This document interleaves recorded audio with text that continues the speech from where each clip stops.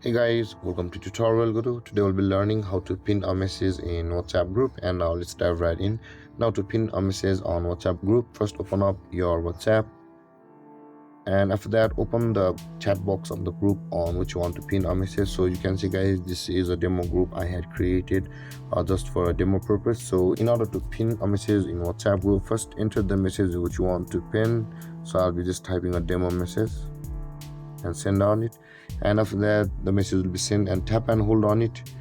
And over here guys, you can see at the top of the screen, when we tap and hold on it, these few options will appear, and tap on the three dotted icon at the top right corner of the screen, and you can see the pin option available for us just below the copy. Tap on the pin message or the pin and choose the duration of the pin of your message, and after that tap on pin, and that message will be pinned on WhatsApp group.